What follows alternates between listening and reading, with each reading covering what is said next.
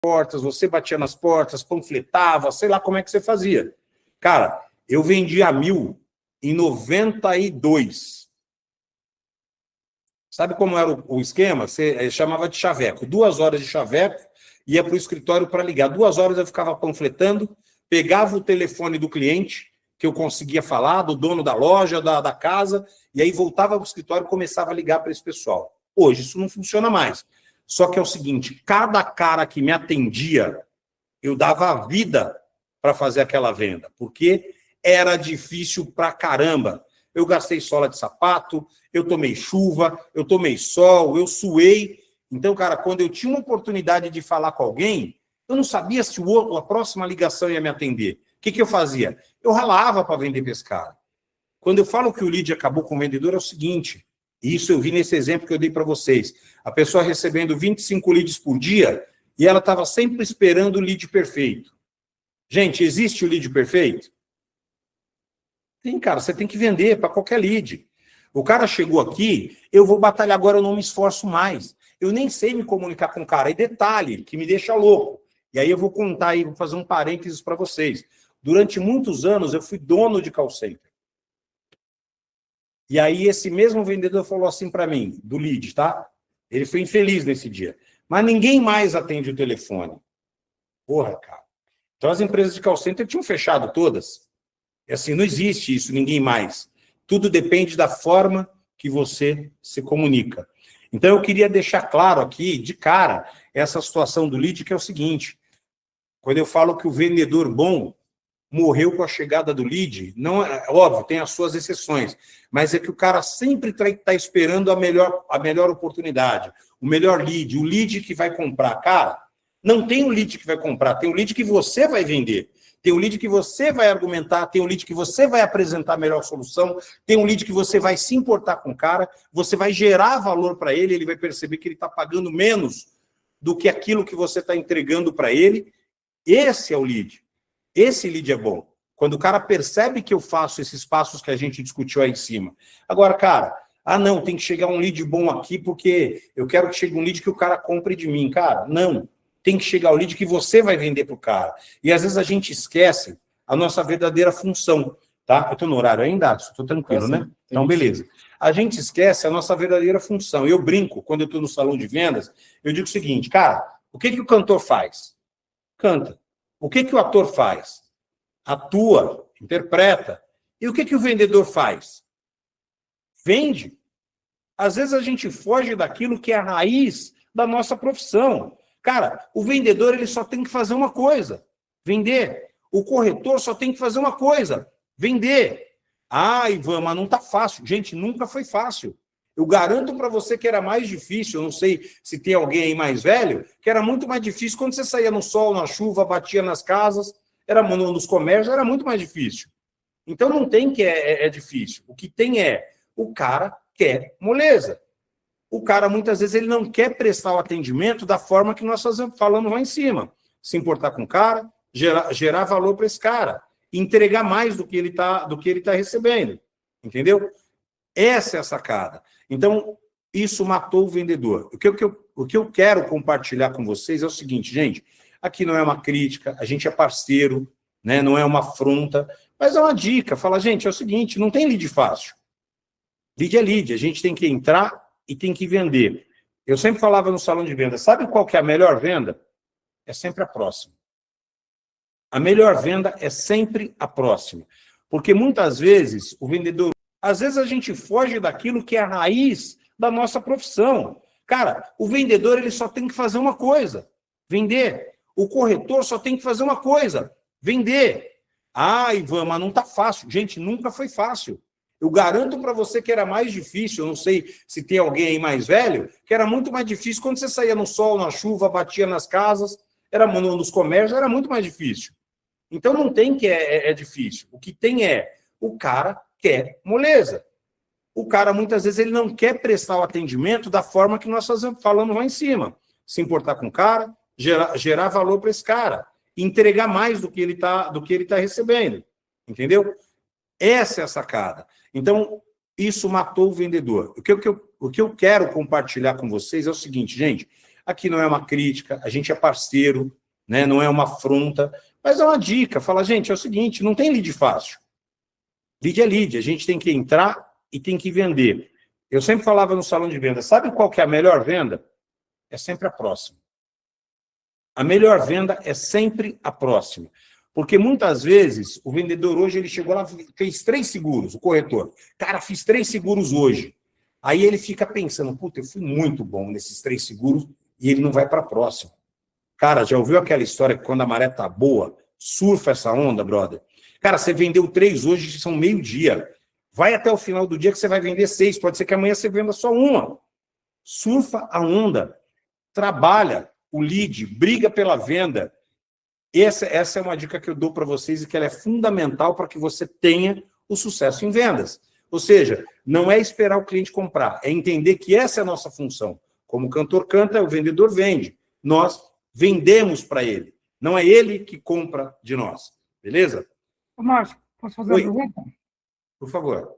Quando você recebe um lead que você liga umas 3 vezes e passa a mensagem, mesmo assim não teve retorno, você vem com alguma frase para esse cliente, agradecendo. O que você faz num caso desse? Show. É o Miro de novo, né? Isso. Miro, excelente pergunta. Nós vamos chegar aí nessa parte de comunicação. Eu quis dar essa introdução sobre o nosso empenho, né, e a nossa força para que haja desempenho, mas vou chegar nessa parte da comunicação, tá? Então, é fundamental que a gente tenha uma boa comunicação com o cliente, tá? E muitas vezes o erro nosso está em mandar um tipo de mensagem, certo? Então, eu aprendi também na prática, só um golinho de água, gente.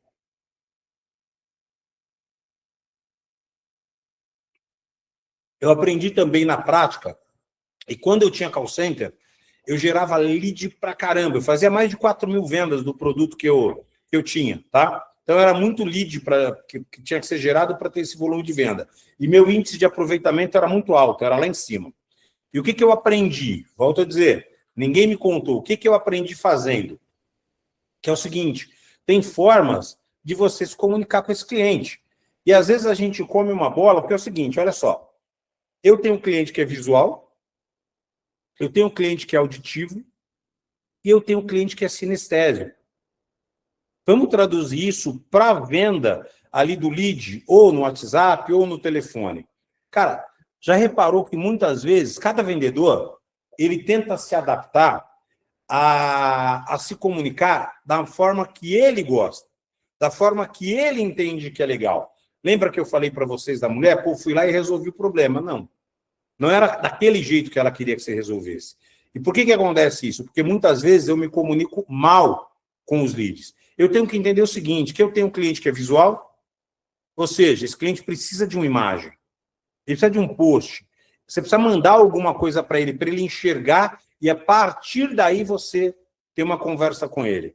Você também tem um cliente que ele é auditivo, ou seja, esse cara está afim de ouvir um áudio. E você tem um cliente que é sinestésico, ou seja, você tem que escrever um texto.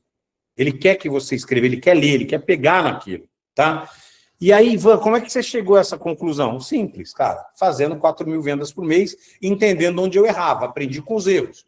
E aí, o que eu entendi? O que eu percebi? Eu mandava a imagem de uma oferta específica do meu produto, aí você vai entender como é que você vai fazer, se é uma imagem da proposta, o que é, se é... Eu não sei o que você tem para mandar, que tipo de seguro você vende, mas eu mandava uma imagem para ele, eu mandava um texto curto, não é a Bíblia, cara, mas escrever lá um livro, um best-seller, é um texto curto para ele e mandava um áudio de no máximo 15 segundos. Dependendo da forma que ele me... vamos, puta, aí é excesso de comunicação. Não, cara, não. Olha só, mandava a imagem e dizia, seu Miro, tudo bem? Escrevia para ele, olha, seu Miro, acima... um pouco do que o senhor clicou aqui no lead, do que o senhor veio buscar e tal, e mandava um áudio. Senhor Miro, quero que o senhor saiba que eu estou aqui para resolver o seu problema. O que o senhor precisar, pode contar comigo. Eu estou aqui à sua disposição. Cara, esse cara vai responder escrito. Aí está o erro nosso. Aí ele responde escrito. Miro, vou te usar aqui de bode expiatório, tá? Só que o Miro gosta de mandar áudio. Só que o Ivan gosta de escrever. Então eu escrevo e respondo para o Miro por escrito. O que o Miro faz? Ele manda áudio. Eu acabei de destruir minha comunicação com ele. Eu já mandei 3 para entender de que forma é a comunicação dele. Então eu entendi, esse cara é visual, pô, eu vi aqui a imagem que você mandou, tal, e aí você vai trabalhar em cima daquilo. Ó, eu ouvi o seu áudio, ou ele respondeu por áudio. Se ele respondeu por áudio, a melhor forma de comunicação com esse cara é o áudio. E eu vou me comunicar com ele dessa forma. Mas a grande sacada, e aí eu tenho que puxar a brasa para minha sardinha, por ser um cara que tive call center muitos anos, e conheço essa área muito bem, você tem que puxar o cara para ligação. O WhatsApp é uma ferramenta de início de comunicação. Ah, Ivan, mas eu já fechei várias vendas pelo WhatsApp. Pô, legal pra caramba, essa que você fechou. E aquelas que você não fechou? Ah, mas pô, você fala com 10 caras, você fecha 10? Você não fecha. Pô, mas eu fechei 2. Legal pra caramba. E os outros 8? Será que se você tivesse mudado a comunicação, se adequado à comunicação do cliente, você não teria, ao invés de 2, vendido 4? Então, tudo que a gente está falando aqui, gente, é técnica. Eu vivenciei isso. Então, eu sempre faço isso quando eu vou falar com o meu cliente. Então, eu mando uma breve imagem, alguma coisa assim para ativar dele essa parte visual, mando um áudio e escrevo. E vejo como é que ele responde. Se ele mandou por escrito, tem 2 situações. Ou onde ele está, ele não pode mandar áudio, porque ele está numa reunião, alguma coisa, mas ele tirou um tempinho para escrever. Eu vou escrever mais um pouco e vou perceber como é que eu converso com ele. Mas, cara, sempre, Miro e o pessoal que está aqui, puxa isso para falar com o cliente, uma ligação. Pô, Ivan, mas você acha que não? Eu sei que você fecha pelo WhatsApp, eu sei que você consegue conduzir bem a ligação com ele, e eu vou além. Se eu pudesse, quando eu tenho a oportunidade, e aqui na corretora o Luigi faz muito isso, ele chama o cliente, na Zipia, perdão, ele chama o cliente para uma videoconferência. A pessoa que quer ser mentorada, ele chama para uma videoconferência. Por quê? Porque ali ele tem o auditivo e ele está vendo a pessoa. Então, será que às vezes, pô, mas o meu cliente é corrido? Legal, mas ele vai ter que fazer o seguro. E se ele bater o carro, vai ficar descoberto? Não vai. Existe alguma forma de eu conseguir falar com ele. Se você conseguir a videoconferência, é o melhor dos mundos. Se não, cara, tenta falar com ele no telefone e conduz isso através do WhatsApp. Ah, mas eu tenho um cliente que fecha. Legal. Esse cliente que fecha com ele pelo WhatsApp, e aqueles que não fecharam, muda essa forma de comunicação. Eu tenho certeza que a sua produtividade vai aumentar, que a sua conversão vai aumentar. Alguém ia falar? Não, Ivan, tá tudo bem. Miro, ainda respondendo a sua pergunta, é o seguinte, eu utilizo algumas estratégias, tá? Ah, eu mandei mensagem pro cara 2, 3 vezes, ele não respondeu. Cara, primeiro, mande as mensagens em horários diferentes. Você mandou de manhã, esse cara não respondeu, pode ser que esse cara tenha um problema. E de manhã, lá na empresa dele, o ciclo dele não funciona, não sei, não me importa. Então, manda essa mensagem à tarde. E às vezes você pode mandar até uma no finalzinho da tarde, quase 6 da tarde, ver qual que é. E aí, quando eu faço dessas 3 formas e o cliente não se manifesta, aí é uma característica minha, Ivan, tá? Então, veja só, o Ivan falou para eu fazer isso. Não, eu faço isso. Você faz como você quiser. Eu faço isso, tem hora que eu sou agressivo. Eu viro e falo o seguinte, olha, senhora Márcia, muito obrigado, eu mandei 3 mensagens para a senhora até agora, eu vi que a senhora não conseguiu me responder. Tem alguma forma da gente conseguir se falar? Eu posso encerrar o contato por aqui. A senhora não tem mais interesse no seguro.